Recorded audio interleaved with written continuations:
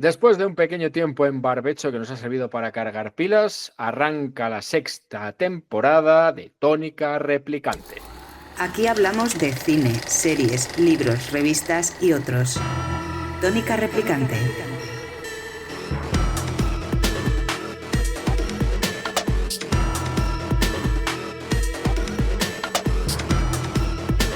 Tónica Replicante. Con el querido Beto Zúñiga y el que les habla Javier de Andrés, les invitamos a que nos acompañen en un trayecto, en una singladura que nos va a permitir conocer a una persona muy especial que tiene un trabajo que seguro puede ser o la envidia o algo que no le apetezca a mucha gente, porque aquello de ser crítico, no sé si a los creadores les hace mucha gracia, pero sí, por ejemplo, como todos en nuestro interior tenemos un espíritu crítico, pues nos va a aportar muchas cosas nuestro invitado de hoy. Querido Alberto Zúñiga, ¿cómo estás? Muy bien, como siempre, carnal, muy contento de compartir este espacio y de, pues, compartir sobre el cine, que es lo que más nos gusta. Pues hoy tenemos como invitado de excepción a Enrique Albero. Enrique, ¿cómo estás? ¿Qué tal? Muy bien, encantado de saludaros. Bueno, tengo muchas preguntas que hacerte porque el hecho de ser una persona que tiene por dogma criticar, en el mejor sentido de la palabra, hay muchas cosas que seguro podemos charlar contigo, pero Beto, si quieres nos le presentas, que tú le conoces mucho mejor que yo. Bueno, claro que sí. En realidad, nuestro invitado de lujo de esta sexta temporada es crítico que se ha especializado en la ficción televisiva. Es licenciado en comunicación audiovisual por la Universidad de Valencia. Iba a decir Barcelona, me anda ganando ahí el inconsciente. Cursó el máster de guión de la Universidad Internacional Menéndez Pelayo. Y ojo con este dato, formó parte de la primera promoción del máster de crítica cinematográfica de la Escuela de Cinematografía y del Audiovisual de la Comunidad de Madrid, que la conocemos como la ECAM, a esta escuela, o la ECAM, como ustedes la quieran decir. Trabaja y colabora en el cultural, en otros medios como Serializados o Cinemanía, y también programa en la Mostra de Valencia Cinema del Mediterráneo. Así que, pues, tenemos a nosotros a este invitado de lujo el día de hoy, a nuestro querido Enrique. Y bueno, tenemos un montón de preguntas para Enrique. Pues mira, me vas a perdonar, voy a empezar yo, porque Sí, además sí. no sé si no voy a seguir un orden establecido, porque quizá deberíamos preguntarle primero por su trayectoria, pero yo tengo una pregunta que desde que supe que iba a venir tenía que hacerle. Venga, va. Ahora está muy de moda el criticar por criticar y criticar en función al rigor histórico, ¿vale? Hablamos de Gladiator, hablamos de Los Anillos de Poder, de la serie de Amazon, que si no se parece al libro, que si no sé qué. ¿Hasta qué punto el crítico se basa en el rigor histórico o rigor literario, en este caso, para juzgar algo, o se centra en los aspectos estilísticos y formales, en este caso? Yo es una pregunta que tenía ganas de hacer de verdad a un crítico profesional. Pues hombre, en mi caso, las cuestiones de contexto histórico son secundarias. Es igual que las adaptaciones literarias. Uno, por ejemplo, no tiene por qué siempre tener la oportunidad o en su background haber leído un libro que luego se adapta al cine o a la televisión. En primer lugar, creo que cada ficción impone sus propias reglas y luego hay que ver si las cumple o no las cumple, más allá de que sea una adaptación más o menos fiel, y me importa relativamente poco. Ahí creo que entra más una cuestión secundaria de la crítica y que no tiene que ver tanto con la crítica al uso, que tendría que ver primero con el fandom, con la gente que es muy fan de ese tipo de películas y que es esa cuestión del rigor histórico, como puede ser, no sé, pues las últimas pelis de Ridley Scott, Gladiator 2 o Napoleón, se lo toma muy a pecho. Y creo que en mi caso tiene un peso secundario. Hombre, si hay cosas muy, no sé, muy exageradas, pues siempre las sueles comentar. Pero en mi caso es algo de orden secundario. Quizás sea porque tenemos demasiada información ahora, ¿no? Porque nadie le cuestionaba a Mankiewicz como hizo Cleopatra o como hicieron Ben-Hur hace tantos años y tampoco tenían rigor histórico ninguno, ¿no? No sé si es por más información o por más celo a la hora de ver las cosas o por la pérdida de cierta inocencia a la hora ya de ver el cine y de tener tener digamos, un catálogo interno de visionados mucho más alto, que nos hace que desconfiemos más de todo o que lo miremos con lupa. Pero bueno, no sé, en mi caso, no sé, juzgar el Napoleón de Ridley Scott en función del rigor histórico me parece, como digo, secundario, por poner un caso reciente. En ese tenor, ya que estamos abordando la parte que tiene que ver con la forma en la que se opina ahora, cómo se opinaba antes, es decir, la crítica especializada, el público, ahora que estamos en esta época dominada por las plataformas de streaming, redes sociales, ¿tú cómo ves, Enrique, la relación que hay entre la crítica especializada y la opinión popular? O el hecho de que cualquiera pueda emitir una opinión sobre una película basándose en el número de seguidores que tenga, por ejemplo. Bueno, hoy en día cualquiera puede emitir una opinión sobre cualquier cosa y que tenga cierto eco en función de su posicionamiento en redes. Sí que creo que lo que sucede, y va un poco más allá de eso, es que la crítica, ya no solo cinematográfica, sino cultural en general, ha perdido mucho peso y mucho espacio en los medios. Pensad en cualquier periódico generalista, las páginas que ocupaba la crítica de cine hace 10 años y las que ocupa ahora. Todo ello sumado a que, digamos, la aparición primero de toda una paracrítica en blogs, digamos, en la esfera de Internet, en la que se encuentran cosas muy buenas, pero también cosas muy malas, y sobre todo no hay una especie de... no hay una criba a la hora de valorar todo ese contenido. Algo que además los festivales de cine han homologado, porque han terminado invitando a toda esa gente a participar de su programación y de a que opinen y escriban sobre ella, por el simple hecho de tener más tráfico y de generar discusión alrededor del festival. Y yo, sinceramente, para mí no es lo mismo que escriba Sergi Sánchez que escriba el señor del blog de no sé cuántos. Yo sé que esta opinión está muy mal vista hoy en día y que me llamarán snob y prepotente y todo lo que queramos. Y esto no quiere decir que dentro del mundo de los blogs y de las webs, por llamarlos de alguna manera amateurs, no se encuentren cosas muy válidas, que las hay, y las hay muy buenas, pero creo que debemos distinguir. Y después está la cuestión de las redes sociales y del hecho de que las propias distribuidoras de cine y de series estén cada vez más volcadas hacia la gente que, más allá de su criterio, que normalmente suele ser ninguno, a propósito de series de televisión, de cine, etcétera, etcétera, en función del número de seguidores que tienen, se les invita a opinar sobre las películas por el simple hecho de que le sigue mucha gente. De hecho, ya se hacen pases privados exclusivamente para los llamados influencers y que opinen. Y después hay otra cosa que a mí me parece peligrosa porque está muy bien camuflada, perdón, que es el hecho de la creación de branded content, es decir, de contenido patrocinado o publicitado o pagado por distribuidoras, plataformas, etcétera, a gente para que opine, evidentemente, favorablemente sobre sus series o películas, y que en redes como en Instagram aparece en pequeñito ahí en un rinconcito, es publicidad, y a veces ni siquiera aparece. Eso pasa también en medios escritos y en medios escritos en Internet y en papel. Y bueno, es cada vez más una confusión un poco de todo, y bueno, pues eso lleva a una pérdida, allá la pérdida que ha registrado la crítica en sí en los medios a lo largo de los años, pues se suma a esa confusión un poco general, que yo creo que cada vez va a ser mayor. ¿Cómo crees que ha de ser el lenguaje periodístico que usa el crítico para dirigirse al espectador?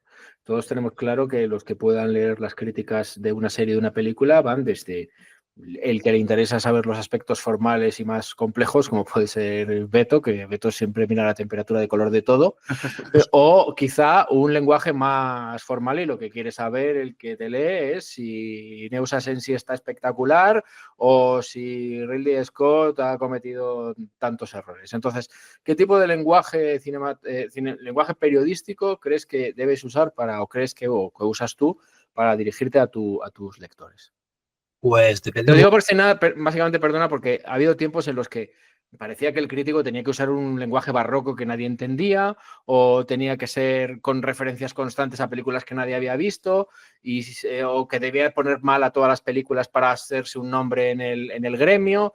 No sé, ¿tú qué tipo de lenguaje crees que es el conveniente? Pues depende mucho del medio también. Es decir, no es lo mismo, por ejemplo, escribir en El País una críticas los viernes o en Fotogramas, que es una revista más generalista, que escribir, por ejemplo, en Caimán, o escribir en Dirigido, o escribir en Sofilm, que son revistas muy especializadas. Y creo que el lenguaje ahí puede variar. En cualquier caso, creo que hay algo que es fundamental, que es que la gente que te lee tiene que enterarse de lo que estás escribiendo. Eso no quiere decir que tengas que utilizar un lenguaje plano o poco elaborado, pero sí que, por ejemplo, hay algunas cosas que son elementales. Quien te lee muy probablemente no haya visto la película aún, porque te lee para ir a verla seguramente. Por lo tanto, tiene que saber de qué demonios va aquello que va a ver. Y luego yo creo que es evidente que detrás de todo juicio de valor que hay en una crítica, debe haber una argumentación detrás que nos diga en qué se sustenta la opinión del crítico. Y evidentemente creo que tiene que ser un texto claro, pero claro no quiere decir simple. Es decir, yo, por ejemplo, soy una persona que escribe con muchas frases subordinadas, escribo largo, escribo mucho, también porque, sobre todo en el cultural, es web y tengo espacio libre y puedo desarrollar y analizar secuencias y cosas así. Pero cuando tengo que escribir más corto o en papel, pues evidentemente tengo que modificar según qué cosas. Esas son un poco, más allá del estilo, que cada uno pues un poco tiene el suyo, y creo que también eso es una cosa por la que se paga, entre comillas, es decir, se busca a alguien que tenga un cierto estilo a la hora de escribir. Sí que creo que lo importante, y lo que creo que sí que se ha perdido en los últimos años, es que las opiniones o los juicios de valor vengan apuntalados por una serie de argumentos que tienen que partir de las imágenes y no del gusto de cada uno. Sí, dime. En ese sentido, Enrique, en la parte que tiene que ver con el análisis y el rigor de las imágenes per se, la parte de pues no sé si decirlo como esta función de comparar las imágenes como una necesidad propia del medio. ¿En qué etapa está la parte de las series en España actualmente? ¿Cómo ves el panorama actual de las series en España respecto a hace algunas décadas, por ejemplo? Si te revieres, bueno, a ver, ahí es que eso sería muy largo. En España ha habido un cambio brutal con respecto a la ficción televisiva en los últimos 9 años, desde el 2015 hasta ahora, que tiene que ver primero con el surgimiento de una serie de propuestas dentro de las cadenas generalistas que empiezan a romper barreras, a venderse fuera, a utilizar un lenguaje un poco más atrevido y distinto, que rompen con esas series blancas de productora que se venían haciendo desde los 90. Y no sé, en el 2015 pues ahí están series como Vis a Vis, El Ministerio del Tiempo, creo que la primera de La Casa de Papel es del 15. Son series que empiezan un poco a cambiar el panorama, y luego con la llegada de las plataformas todo esto cambia. Todo esto cambia porque el contexto industrial cambia. O sea, España ha pasado en 2010 produjo la primera serie, se hizo la primera serie producida por un canal temático que fue Todas las Mujeres, de Mariano Barroso, que produjo TNT, y ahora estamos teniendo 70 series originales cada año. O sea, es que es como del cielo a la tierra. Tenemos hubs de Netflix, tenemos hubs de MediaPro, Amazon produciendo en España, Disney produciendo en España. Claro, es que no tiene nada que ver el contexto. Y después, el hecho de producir para plataformas, aunque es verdad que el contexto está un poco raro y creo que las líneas editoriales todavía están la mayoría por definir, ha permitido pues buscar series más de nicho, por decirlo de alguna manera, más arriesgadas. Me he empezado a tocar temas, pues no sé, como ETA, como los atentados del 11M, más series sobre corrupción. Creo que son cosas que la ficción española las tenía ahí como en un armario escondidas y no podían caber dentro de series que eran para toda la familia. Entonces ahora, en este contexto nuevo de las plataformas, pues digamos que se permite hasta cierto punto arriesgar un poco más. De todas maneras, este panorama está en constante cambio. Las plataformas también, porque por el simple hecho de que los usuarios no podemos tener 7 plataformas, no podemos pagar por tanto. Todas están un poco cada poco tiempo redefiniendo un poco su hoja de ruta para ver si consiguen asentarse y captar al mayor número de gente posible. Yo diría que ahora mismo, por ejemplo, Movistar Plus y Disney, sobre todo este año, y voy año a año porque cada año la cosa cambia, están teniendo una cierta idea de lo que quieren hacer. Y A3 Media este año ha perdido un poco el rumbo, pero también tenía cierta idea clara. Pero en general van un poco dando tumbos a ver si dan con la tecla, porque no perdamos de vista que una serie diaria como La Promesa de Televisión Española, que acaba de ganar el Emmy Internacional, que es una telenovela, todos los días tiene 1 millón y pico de espectadores diarios y la serie más vista de Movistar igual tiene 250.000. Quiero decir que sigue habiendo un escalón muy, muy grande entre unas cosas y otras, aunque es verdad que los parámetros a la hora de medir los éxitos son distintos, ¿no?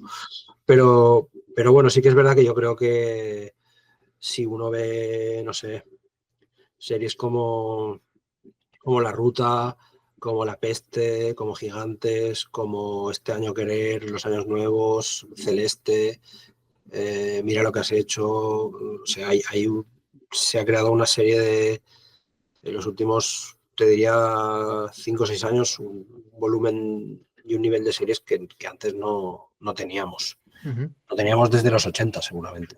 ¿Y se puede vislumbrar, se puede intuir algún tipo de línea editorial en función del grupo de comunicación o plataforma que produzca la serie? Quiero decir, algunas series que podemos ver en Movistar serían imposible verlas en Telecinco, por ejemplo, o en Antena 3, o no necesariamente. Está un poco ajeno a la ideología o a la corriente editorial del grupo de comunicación en cuestión. Pues la verdad es que recuerdo el momento en el que la serie de Rodrigo Sorogoyen sobre la guerra civil, el proyecto que estaba ya anunciado y tal, se paró por parte de Movistar y se empezó un poco a hablar de teorías de la conspiración y de que Movistar no quiere producir, porque además es de Telefónica y tal, y no quieren producir una serie sobre la guerra civil. Pero no sé, hicieron Mientras dure la guerra, que tampoco es que me parezca una gran película y que sea un tanto equidistante, pero no creo que el tema sea la cuestión y tampoco es que no tengo herramientas tampoco ni información suficiente como para decir que hay una línea editorial en función de los temas. No sé, los Javis, por ejemplo, que han hecho series queer y ciertamente han estado en A3 Media y han producido La Mesías en el Movistar. Yo creo que al final esto es una cosa de... Vivimos en la era del turbocapitalismo y esto es una cuestión de dinero. Y si las cosas se rentabilizan en espectadores o en prestigio o en lo que sea, pues yo creo que se van a producir igual. De todas maneras, que tú no lo percibas es una buena noticia en sí mismo. Quiero decir, si tú como profesional de la crítica percibieras, uy, esta serie en Antena 3 no hubiera existido nunca, pues eso sería una mala noticia en sí mismo, porque eso significaría que los canales o las plataformas o los medios de comunicación podrían tener un camino tendencioso a la hora de querer difundir unas series u otras, ¿no? Así que si tú no lo percibes, entiendo que es una buena señal y que estamos un poco libres de eso. Bueno, también creo que tenemos un déficit importante de hace muchos años. Es decir, nosotros en este país tendríamos que tener, no sé, 50 series sobre la corrupción, mínimo. Ya. Tenemos 3. De ETA, chorrocientas, y tenemos unas cuantas, ahora un poco más. Y películas. Es que te digo lo mismo. O sea, hay una serie de. O sea, que por ejemplo, una serie como Celeste, que habla de. Que es nueva de este año, que habla sobre la evasión de impuestos. ¿Cómo demonios no tenemos más series sobre eso en este país? Sátira política no tenemos. Quiero decir, hay un déficit que habrá que ir corrigiendo con el tiempo y no creo que tenga que ver tanto con una censura o una cuestión de línea editorial, sino que eran series que no se hacían y que cuando se proponían no se compraban, y cuando un tipo de series no se compran, los guionistas no quieren perder años de su vida escribiendo sobre algo que no van a vender. Al final escriben sobre lo que las cadenas o plataformas compran, porque el tiempo es finito. Claro. Y hablando de esto de comprar, algo que se está comprando mucho también a nivel de público y que ha ido como creciendo, Enrique, es la parte del crime. True crime, ¿cómo lo ves? Hay una cantidad importante de series que están produciendo en todo el mundo sobre true crime. ¿Cómo ves aquí en España ese panorama? Pues hay un poco de todo. A ver, ya no solo en España, yo diría que Sí, sí, a nivel global, ¿no? a nivel global hay un montón de true crime, porque bueno, la fascinación por el mal siempre ha estado ahí, desde, no sé, desde las tragedias griegas, quiero decir. Claro. No es algo nuevo. Pero otra cosa es cómo se aborda el género. No sé, yo creo que en general es un género formalmente muy pobre, que se parece más a un reportaje que a cualquier otra cosa, que a los crímenes imperfectos que emiten en La Sexta por las mañanas, que a un verdadero documental sobre casos reales. Sí que es verdad que, por ejemplo, y además este año hay un par de ejemplos que a mí me parecen interesantes, porque el true crime se puede abordar desde la parte documental, pero también desde la ficción, y ahí hay, no sé, hay casos que creo que merece la pena destacar. Este año tenemos el caso del Sambre, que es la última serie de Jean-Xavier del Estrat, que fue famoso precisamente por The Staircase, que fue, digamos, uno de los primeros grandes true crimes, o uno de los true crimes seminales y súper conocidos. Y creo que esa serie, que es dramatizada, es ficción, pero cuenta un caso real sobre el violador más longevo de la historia de Francia. Creo que el trabajo formal y de composición que tiene esa serie de televisión nos demuestra que el true crime puede ser otra cosa. Lo mismo creo que pasa con un nivel quizá un poco menor, pero con el caso Asunta este año en España, y que tenía ya la parte documental, Operación Nenúfar, que era francamente buena, dirigida por Elías León Simigliani, que creo que es quizá en España el director que mejor ha abordado ese género, ese formato, con 800 metros, el caso Alcácer y esta, donde hay un trabajo de puesta en escena detrás de lo que se quiere contar. Y bueno, creo que se puede hacer bien. Y puede haber un trabajo de creativo detrás, más allá de contar un caso. Otro que lo hace muy bien es Ryan Murphy, por ejemplo. Todas las de American Crime Story, que son ficción también, tienen un nivel muy superior a cualquier, no sé, yo qué sé, ¿cuáles he visto yo últimamente así de estos chavacanos? El de Jeffrey Epstein, que era una cosa absolutamente infumable, en las que ni siquiera tenían suficiente archivo como para los capítulos que hicieron, porque se repiten las imágenes constantemente, todo está contado por la voz, no hay ningún tipo de elaboración y simplemente es explotar el morbo del asunto. Yo creo que el true crime funciona cuando detrás hay cuando no se limita solo a contar el caso, sino que detrás hay un tema sobre el que reflexionar. Es decir, Claro. en el caso del Sambre hay un tema, es decir, las instituciones francesas no funcionan. Ese es el tema. Sí. Y los casos de violación son lo que te hace hablar sobre eso. Pero hay algo sobre lo que reflexionar detrás. Cuando te limitas a contar básicamente lo que ha aparecido en los telediarios o en los periódicos, pues bueno, yo qué sé. Si te va a la marcha, pues lo ves, y si no, pues más allá de eso no tiene ningún interés. Desde el punto de vista del aficionado, no sé si compartís la opinión conmigo. Yo estoy notando, lo he hablado con Beto alguna vez, que las series, sobre todo, tienen capítulos que son muchas veces absolutamente intrascendentes a la hora de lo que es la historia en general, y que hacen unas perífrasis y unas cosas para llevarnos a un camino y te da la sensación de perder el tiempo. te podría decir muchas series, pero tampoco por entrar en ninguna. Yo no sé si eso crees tú que es una tendencia o qué, porque si la cátedra dice que las series tienen que tener 10 capítulos de hora y 10 minutos y sin embargo lo puedo contar la historia en 6, ¿por qué hago 10? Bueno, eso es algo que yo creo que es así, que hay muchas series que están alargadísimas, pero ahora me parece que es una cosa muy absurda, porque en las plataformas ya no es necesario. O sea, ya ni siquiera es necesario que todos los capítulos duren lo mismo. Ya da igual. Claro, Es decir, claro. ahora lo que debería primar es que yo necesito este tiempo para contar esta historia y ya está. No hace falta que dure. Por ejemplo, pienso en la última de la serie Avery X Scandal, que es Avery Royal Scandal. Dura 3 episodios, no necesita más, pues ya está. La BBC siempre lo ha hecho así. Y es una cadena pública que tiene sus duraciones de capítulos más o menos fijadas y que tiene publicidad, etcétera, etcétera. Y aquí ahora con las plataformas, yo no sé, yo veo una serie como Querer que dura 4 episodios, es que no necesita más episodios. Y es verdad que sigue habiendo muchas series como muy, muy, muy alargadas y que le sobran minutos por un tubo. Pienso, por ejemplo, Disclaimer, la última serie de Alfonso Cuarón. Dura 7 episodios, es de Apple, podría durar 4 y contaría exactamente lo mismo. Pero bueno, es uno de los ejemplos que estaba pensando que la estoy viendo y efectivamente me está sobrando buena parte del final. Sí, pero bueno, por ejemplo, ahora se estrena, la semana que viene se estrena The Day of the Jackal, que es una versión nueva de aquella película famosa de Cineman del 73, que yo he podido ver, no la he visto entera aún, pero son 10 capítulos y he visto 7 y sobran la mitad de los capítulos. Y el planteamiento está bien, tiene cosas interesantes, pero ¿para qué? Y han anunciado ya segunda temporada, es decir, no sé. En fin. Me pasó igual con los hermanos Menéndez, esta parte de... Totalmente de acuerdo.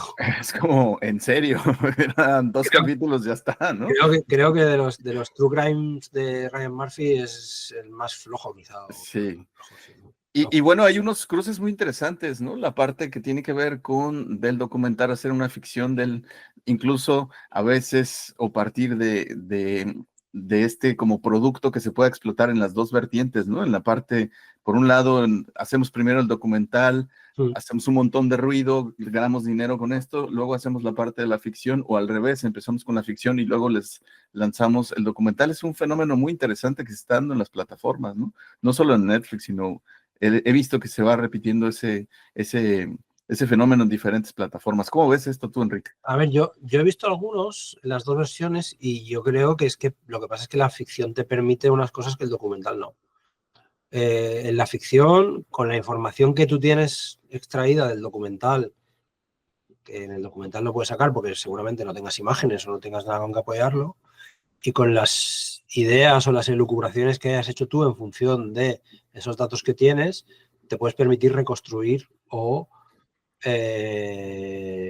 dramatizar cosas que no puedes sacar en un documental y dar un poco tu versión de los hechos más allá de lo puramente objetivo, asumiendo que ya es mucho asumir que el documental es un género objetivo, pero vamos, claro, te permiten un poco más allá.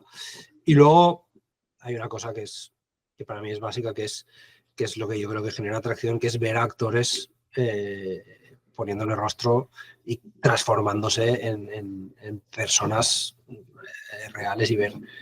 Eso genera fascinación sí o sí. Siempre. Hace 10, 12 años era impensable pensar que Cate Blanchett, que Harrison Ford, que las grandes megaestrellas de Hollywood pudieran aparecer en la pequeña pantalla.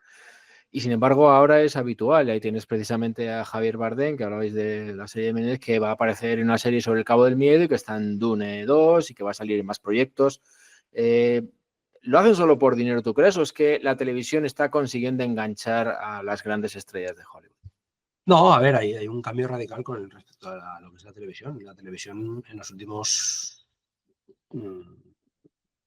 15 años, igual un poco más, ha conseguido una cosa que no tenía antes. Porque la televisión ha sido popular toda la vida, todo el mundo ha visto series siempre, todo el mundo veía Dallas, todo el mundo veía Twin Peaks, todo el mundo veía Dinastía y todo el mundo veía Luz de Luna.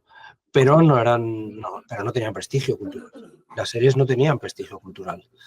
Las series no aparecían en revistas como Gayers. Las series no aparecían en El País. Las series no aparecían en televisión, en informativos. Y ese prestigio cultural se ha ido ganando poco a poco, y creo que ese ha sido un poco el cambio de paradigma.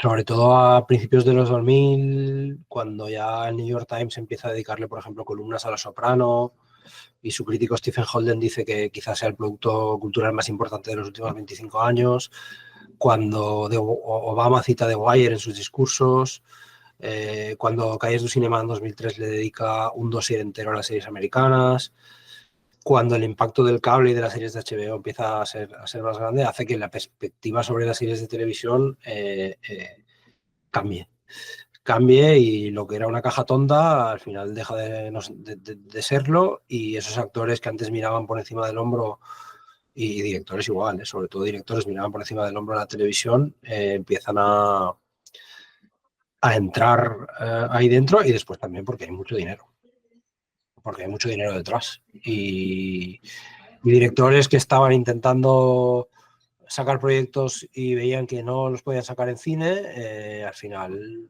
caían en televisión, y cuando eso gana prestigio, pues gente que viene de hacer Asbestas, como Rodrigo Sorogoyen, que es una película que tiene éxito, es un éxito más o menos del que se puede discutir poco, más allá de lo que nos parezca, va a televisión y desarrollan proyectos en los dos formatos, y los actores lo mismo.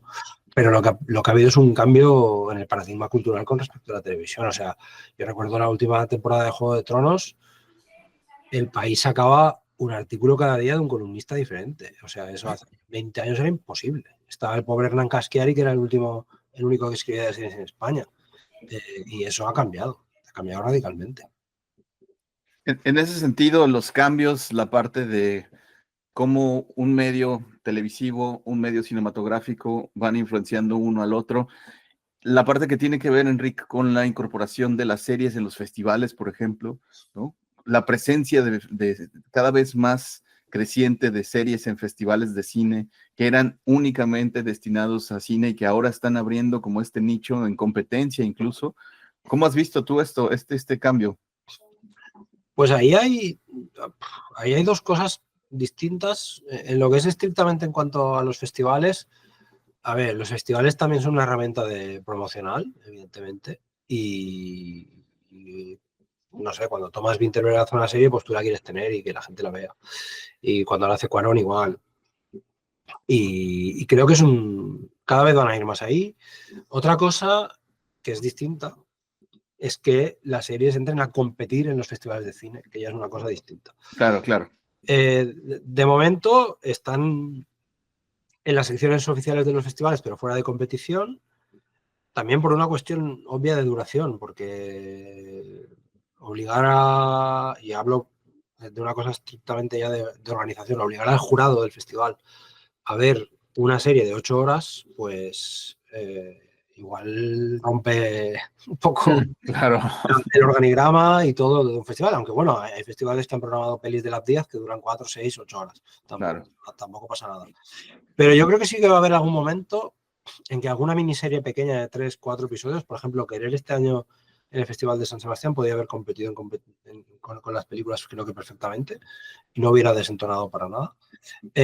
No sé si algún día se dará el paso, sobre todo, y esta es la segunda cuestión, porque yo creo que el cine y las series, más allá de tener lenguaje, sobre todo a nivel de escritura, un tanto distintos, cada vez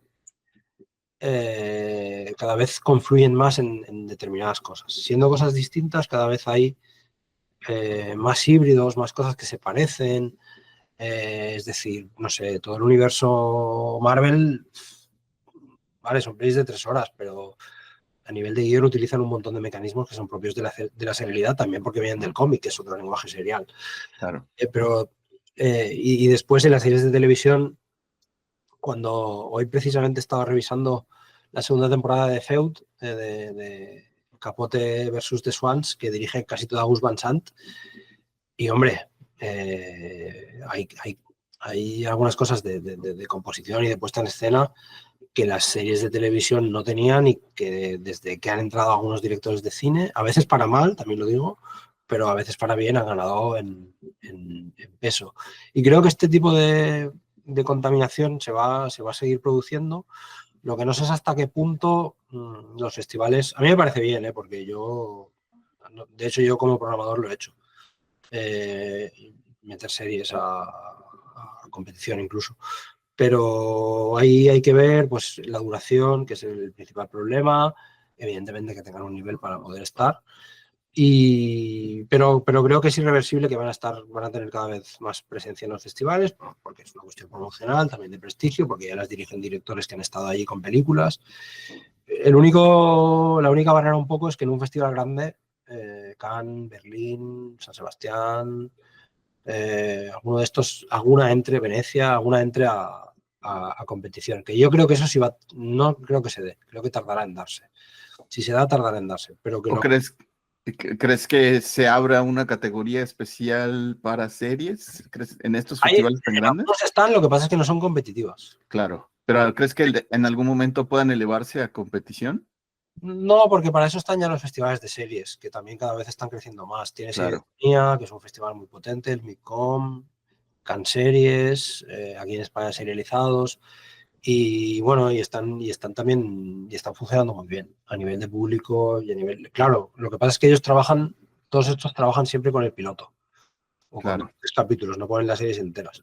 Porque el problema de los festivales de series también es ese, que desde mi punto de vista la unidad de valoración de una serie es la temporada, pero a ver, si tienes una serie como, no sé, Yellowstone, son 10 capítulos de 1 hora, pues son 10 horas. Y si tienes 6 series a competición, pues calcula. Quiero decir, es complicado. Claro. De momento lo que se está haciendo es trabajar con competición de pilotos, que bueno, no está mal, pero a mi modo de ver no es del todo justo, porque hay series que el piloto puede ser muy bueno, pero después Claro. se puede descalabrar. Sí. ¿Qué pasa con frecuencia, además? Sí, claro. Quería preguntarte por cuestiones formales periodísticas. No sé si tienes algún guión establecido sobre las pautas que no pueden faltar en una crítica tuya, o si eres más dado a improvisar y destacar lo que te llama la atención en el momento, si echas para adelante y para atrás la serie en cuestión para estar seguro de que lo que estás poniendo verdaderamente es lo que opinas de ello. No sé si eres muy maniático, si tienes alguna manía con ese particular. Manías no tengo. Sí que es verdad que yo todo lo que veo, lo veo cuando son series de televisión, evidentemente. Si son películas, porque también escribo crítica de cine, sobre todo en festivales, yo veo las pelis y luego cuando salgo tomo notas, porque no me gusta. En el cine estoy a lo que estoy, que es ver la peli.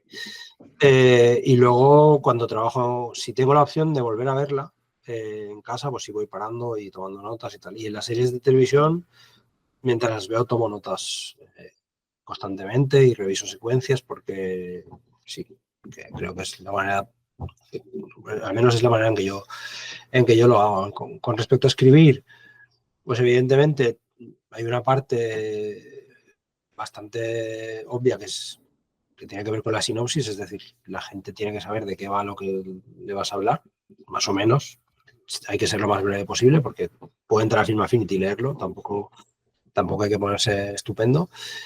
Y luego me gusta analizar en general varios aspectos, desde estructura de guión, diseño de personajes y luego, evidentemente, la cuestión formal, que yo creo que es lo que más he hecho en falta en la mayoría de críticas en general, que es algo de lo que no se habla. Es decir, cómo demonios está hecho eso, y si nos gusta, por qué nos gusta, y si no, por qué no nos gusta. Y sobre todo en el blog que tengo en el Cultural sí dedico mucho tiempo, mucho tiempo, no, mucho tiempo también, porque es mi tiempo, pero Claro.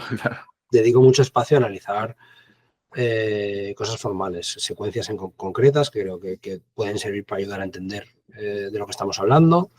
Y sí, es algo que me gusta, es algo que viene de formación y creo que es algo que yo he hecho en falta en la mayoría de textos, sobre todo sobre series de televisión, En cine menos, pero también, y creo que es básico para entender por qué nos gusta algo o por qué no, o por qué algo, aunque no nos guste, que a mí me pasa mucho, hay cosas que no me gustan, pero que sé que son buenas, o que creo que puedo defender que son buenas películas porque entiendo lo que hay detrás y veo cómo está construido, y a lo mejor a mí, pues no sé, me pueden aburrir o tal, pero eso, el aburrimiento o la diversión son cosas subjetivas. Precisamente ahí quería preguntarte que si es difícil abstraerse de los gustos personales. Oye, mira, yo no soporto a Tarantino y tengo que verme sus películas porque es mi trabajo. ¿Es fácil o difícil abstraerse a los gustos personales? No, lo fácil no es, pero yo creo que va en tu labor. Es decir, a ver, el gusto es soberano y cada uno tiene el suyo y es totalmente respetable. Es decir, a mí me parece estupendo que a la gente le guste, yo qué sé, las películas de la Troma. A mí me encantan, yo me lo paso pipa. De ahí a defender que las películas de la Troma son grandes películas, pues hay un salto, ¿no? Y al revés igual, es decir, yo por ejemplo puedo ver La muerte de Luis XIV de Albert Serra y decir, me estoy aburriendo, qué peñazo. Pero si yo analizo La muerte de Luis XIV de Albert Serra, pues tiene un rigor que es impepinable. Y está muy bien construida y va donde quiere ir y cuenta lo que quiere contar y esto es así. O sea, esto es difícilmente discutible. Y eso pasa con un montón de cosas. Y creo que a veces, como críticos, también nuestra labor está en ir un poco más allá del gusto personal, porque el gusto personal, todo el mundo tiene uno. Entonces, si lo único que cuenta es el gusto, todos podemos escribir de lo que queramos. De libros, de pelis, de series, de música. Y, hombre, hay que tener unas herramientas y unos criterios para ir un poco más allá de eso, porque al final, si nos quedamos en el esto me gusta, esto no me gusta, pues servimos de poco o de nada. Claro, no sería ningún tipo de referente, ¿no? Como Claro. gran parte y muchas décadas era y sigue siendo, yo creo fervientemente, sigue siendo la labor del crítico. Cuando te pones el overall, el trabajo de programador de cine, ¿tú qué buscas en las pelis que programas? ¿Vas en función del criterio del propio festival para el que estás programando o también tu intuición a nivel como crítico, la parte que tiene que ver con tu criterio, lo aplicas con cierto rigor o también influye como esta perspectiva del festival? Pues ahí programar es un poco todo, porque en primer lugar estás dentro de un festival que tiene una línea editorial que está más o menos marcada y después no estás solo. Yo programo está el director artístico, que es Eduardo Guillot, y yo, que programamos juntos. Y bueno, buscamos cosas distintas. No caemos en el error de programar lo que a nosotros nos gusta, porque eso no tiene ningún sentido.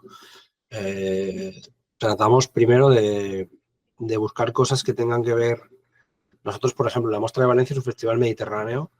Nosotros podríamos hacer el festival programando solo pelis francesas, italianas y de Turquía, que tienen una producción vastísima.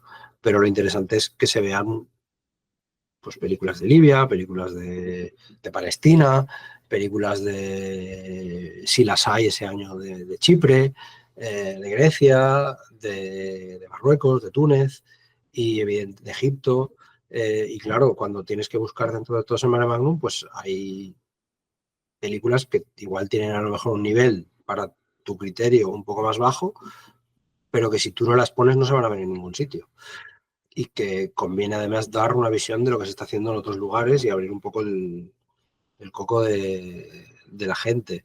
Y luego jugamos un poco con todo, es decir, buscamos propuestas que son más arriesgadas y que van, no sé, que rompen un poco con el cine, digamos, más narrativo o más convencional. Luego también tenemos películas de género que pueden funcionar y que pueden gustar a un público más amplio.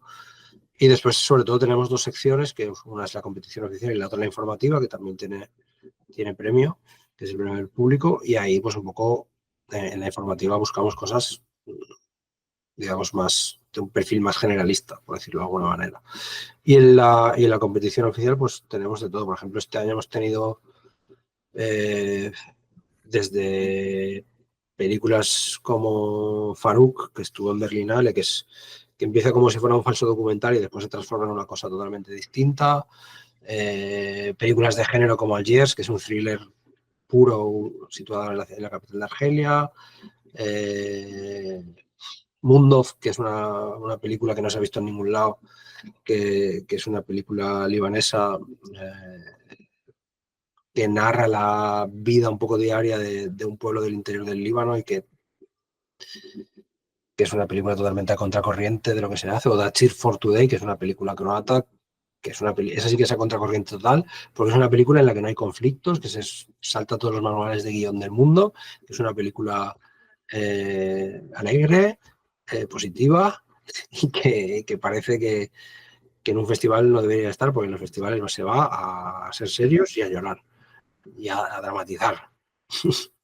Eso, buscamos un poco, respetando una línea editorial que tiene que ver con la diversidad y con abrir el abanico lo máximo posible, buscar propuestas que por una parte le hagan ver al público que existen más cine del que ven en la cartelera comercial habitualmente, y luego otras cosas pues igual un poco más próximas a ellos, ¿no? Pero esa es la idea.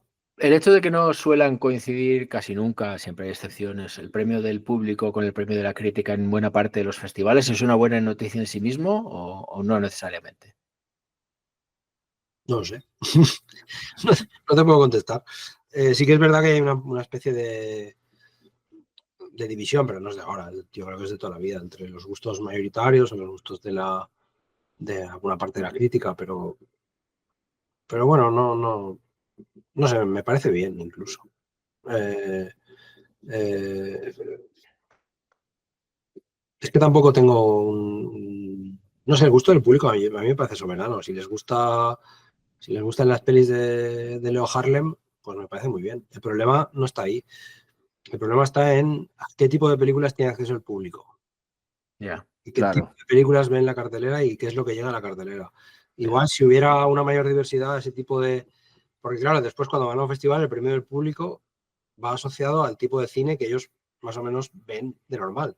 Si hubiera una mayor diversidad y tuvieran acceso a otro tipo de, por ejemplo, por centrarme en comedia española, que esto da igual. El 99% de las escenas igual en cines. En televisión es muy distinto, pero en cines es todo igual. Si tuviera acceso a otro tipo de propuestas, pues seguramente ese gusto iría modificándose y se notaría en los premios en los festivales. Pero más allá de eso, pues la gente vota lo que le da la gana y está muy bien. ¿Ha habido alguna, a No, nivel anecdótico, ha habido alguna película que hayas escrito sobre ella, vamos a poner ciertos parámetros y que después de tiempo hayas dicho, la hayas como reevaluado y hayas dicho, uy, no, si era mejor de lo que yo creía? o ¿Te ha peor. pasado? O peor. ¿Te ha pasado? Así. ¿Que recuerdes alguna como, "Buah, es que en su momento me gustó tanto, escribí X"? Ahora mismo no caigo. Sí me ha pasado de escribir sobre pelis, sobre todo vistas en pases de prensa o en cine y tener que escribir para allá. Escribir convencido sobre una secuencia que era tal y cual y después verla y decir, madre de amor hermoso, esto no era lo que tú recordabas que era así, sino que había cambiado y este plano no era tal y bueno, eso a veces pasa, eso sí me ha pasado. Ya. Me pasó además me acuerdo de la peli perfectamente, que eran Los papeles del Pentágono de Spielberg, que es una peli que me gusta además y que había escrito, pero bueno, en fin. Pues son cosas del directo, ¿no? Que a veces Claro. te equivocas. Y cuando escribes de memoria, pues a veces te equivocas y por eso hay que intentar no escribir de memoria o comprobarlo todo 2 millones de veces. Sobre la pregunta en sí, ahora mismo así que yo recuerde a ver, no que haya escrito, pero sí me pasa con pelis que a lo mejor ves en un momento de tu vida que te fascinaron y ahora las revisas y dices, joder, me he hecho viejo o se ha hecho viejo ella O no envejeció bien la peli, ¿cómo ¿no? hemos cambiado? Sí, pero de escribir tampoco suelo revisar mucho cosas porque hay tanto que ver que, salvo que sea para trabajarlas en las clases y esas ya voy sobre seguro casi siempre, no suelo revisar no suelo revisar mucho cosas viejas. Tiene que influir mucho también el momento personal que estés atravesando, ¿no? No es lo mismo hacer una crítica del Padrino con 20 años que hacerla con 50, entiendo. Sí, hombre, el tiempo pasa para todos y tu propia formación, que incluye ver un montón de cosas nuevas y de ir renovándote y de ir leyendo cosas y de ir mejorando, no es la misma a los 20 que a los 50.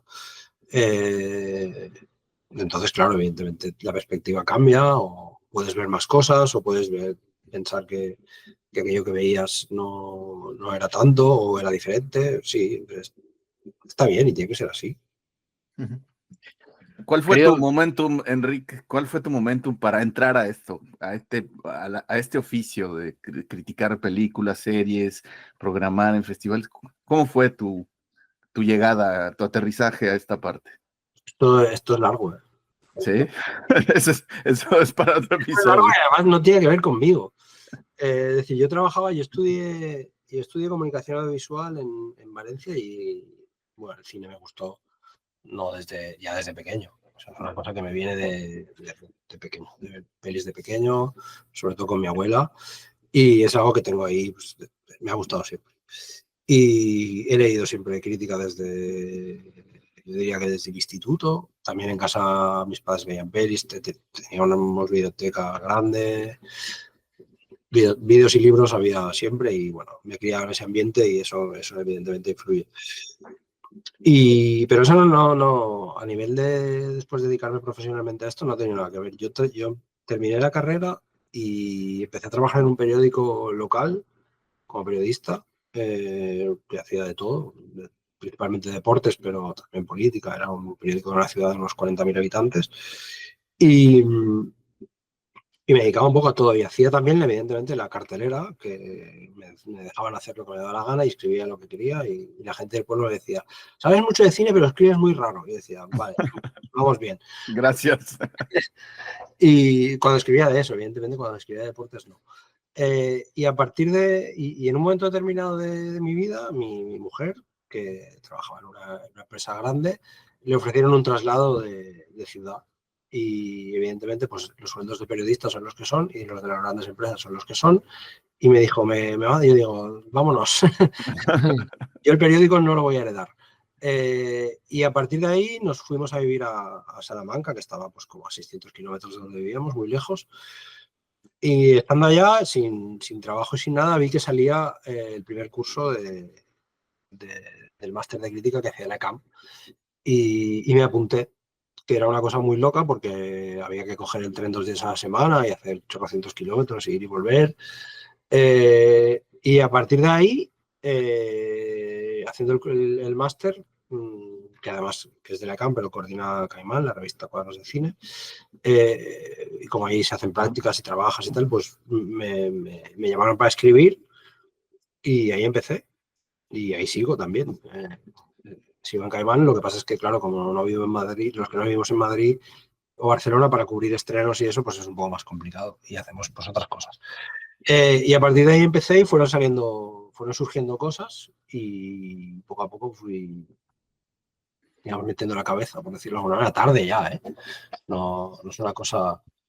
Pero bueno, y ahí seguimos. Uh-huh.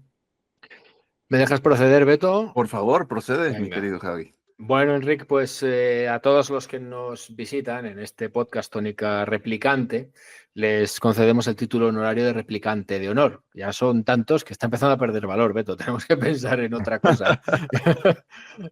El caso es que te hará llegar, Beto, en los próximos días un diploma acreditativo que te acredita, valga la redundancia, como replicante de honor. Muchas gracias por tu amabilidad, por tu tiempo y por haber puesto luz sobre muchas curiosidades, anécdotas e incertezas que teníamos, por lo menos yo.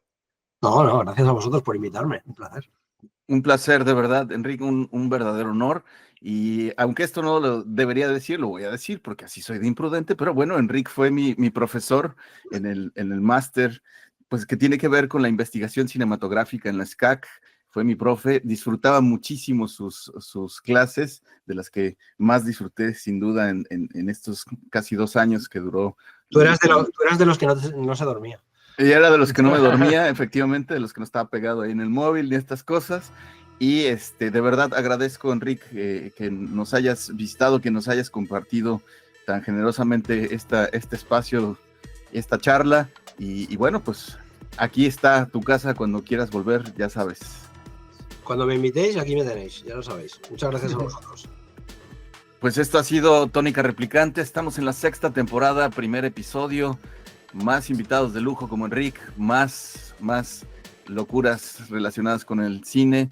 Y nos vamos, mi querido Javi de Andrés. Hasta la próxima. Espero sea pronto. Aquí hablamos de cine, series, libros, revistas y otros. Tónica Replicante.